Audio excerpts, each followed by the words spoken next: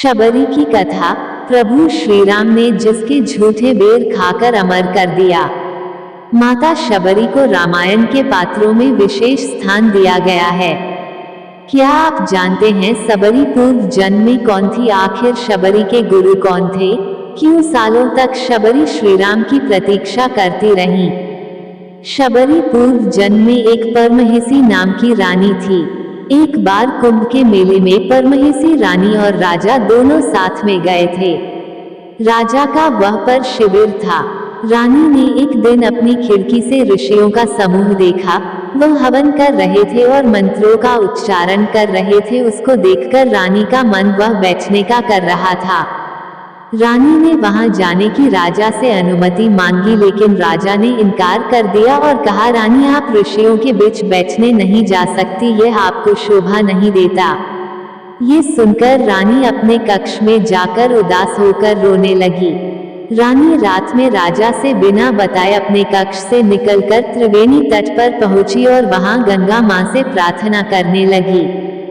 रानी ने याचना करते हुए कहा कि हे माते, अगर मुझे दूसरा जन्म मिले तो रूपवान और रानी मत बनाना।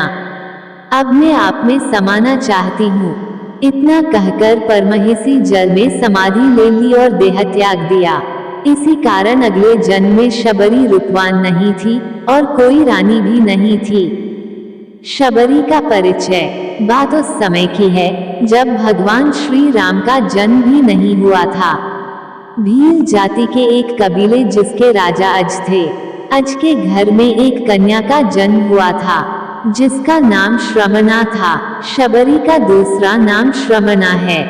शबर जाति की भी कन्या जिसको शबरी भी कहा जाता है। शबरी की माता का नाम इंदुमती और शबरी के पिता का नाम अज था। उनके माता पिता की एक ही संतान थी। शबरी बचपन से ही पक्षियों से अलौकिक बातें किया करती थी, जो सभी को आश्चर्य की बात लग रही थी। शबरी जैसे जैसे बड़ी होती गई वैसे उनकी हरकतें उनके माता पिता की समझ से बाहर थी।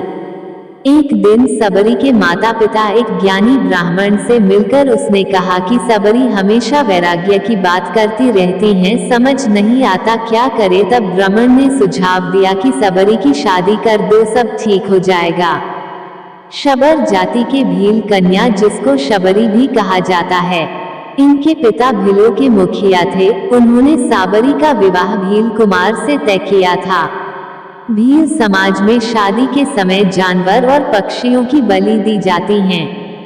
एक दिन शबरी ने देखी कि उनकी भाड़े में बहुत पशु और पक्षियों को इकट्ठा किया गया है, तो शबरी ने अपने माँ से पूछा कि ये सब क्या हो रहा है माँ?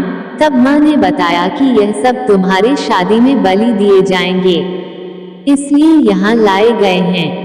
ये सुनकर शबरी ने कहा कि इससे अच्छा है कि मैं शादी ही नहीं करूंगी। हमारे शादी न करने की वजह से इन जानवरों और पक्षियों की जान बच जाएगी। शबरी को उनके विवाह में पशुओं की बलि देने से बचाने के लिए वह रात्रि को भाड़े के दरवाजे खोलकर सारे जानवर और पक्षियों को आजाद कर दिया। उसी समय शबरी को ऐसा करते हुए किसी ने देख लिया था। उसके डर से शबरी ने घर से भाग गई। भागते भागते ऋषिमुख पर्वत पर पहुंच गई। शबरी को विवाह नहीं करना था, इसीलिए वह जंगल की तरफ भागते भागते ऋषिमुख पर्वत पहुंच गई। वह कई ऋषिमुनि रहा करते थे। शबरी को लगा कि वो भी इसी जंगल में किसी तरह ऋषिमुनियों की सेवा करके अपना जीवन व्यतीत करेगी। शबरी उसी जंगल के एक हिस्से में किसी तरह रहने लगी। शबरी रोजाना सुबह जल्दी उठकर ऋषिमुनियों की झोपड़ी के आगे झाड़ू लगाती और हवन के लिए लकड़ियां भी लेकर रख देती थी। ऋषि मुनियों ने सोचने लग गए कि जंगल में उनके काम अपने आप कैसे हो रहे हैं। कई दिनों तक ऐसा चलता रहा, लेकिन एक दिन शबरी को ऋषि ने देख लिया। उसे देखते ही उसका परिचय पूछा। शबरी ने अपना परिचय बताते हुए कहा कि वह भील जाति के राजा अज और इंदुमती की पुत्री है। जैसे ही शबरी ने बताया कि वह भील आदिवासी परिवार से संबंध रखती है, तो ऋषियों को बहुत क्रोधित हो गए और शबरी को भला बुरा कहा। शबरी को बिल्कुल पता नहीं था कि उसकी जाति छोटी है और उसे ऋषियों द्वारा जाति की वजह से अपमान सहन करना पड़ेगा। इतना कुछ सुनने के बाद भी शबरी ऋषियों के आश्रम पहुंचकर झाड़ू लगाकर गुरु दीक्षा लेना चाहती थी, लेकिन सभी ऋषि शबरी को उनकी जाति की वजह से अपमान करके भगा देते थे। कुछ समय बाद वह मतंग ऋषि की कुटिया में पहुंची। शबरी ने मतंग ऋषि को बताया वह उनसे गुरु दीक्षा लेना चाहती है। मतंग ऋषि ने अपने गुरुकुल में रहने की अनुमति दी और भगवान से जुड़ा ज्ञान देते थे।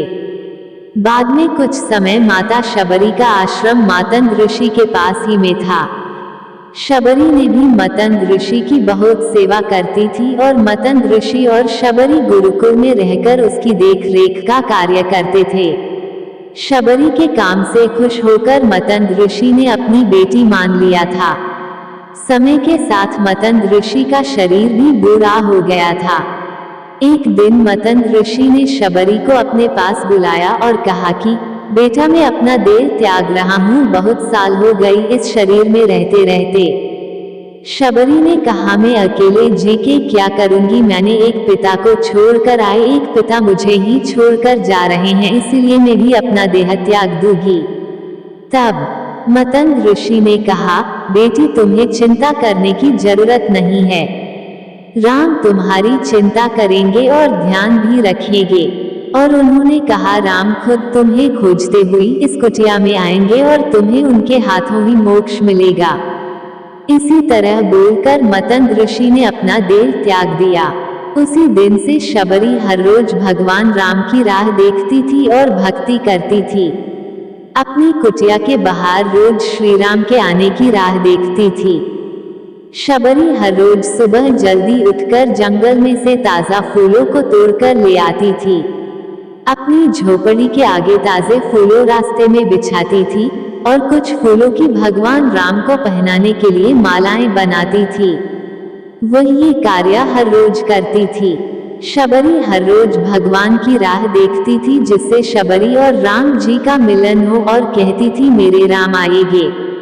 शबरी ने अपना जीवन श्री राम के दर्शन की इच्छा में बिताया था। एक दिन त्रिलोक के विजेता रावण ने राम की पत्नी सीता माता का अपहरण कर किया था। तब राम अपनी प्यारी पत्नी को खोजते खोजते भाई लक्ष्मण के साथ जा रहे थे।